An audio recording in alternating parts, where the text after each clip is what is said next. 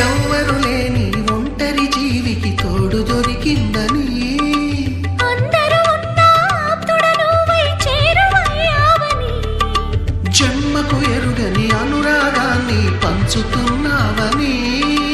జన్మలు చాలని అనుబంధాన్ని పెంచుతున్నావని శ్వాసతో శ్వాసే చెప్పెను మనసుతో మనసే చెప్పెను ప్రశ్నతో బదులే చెప్పెను నేను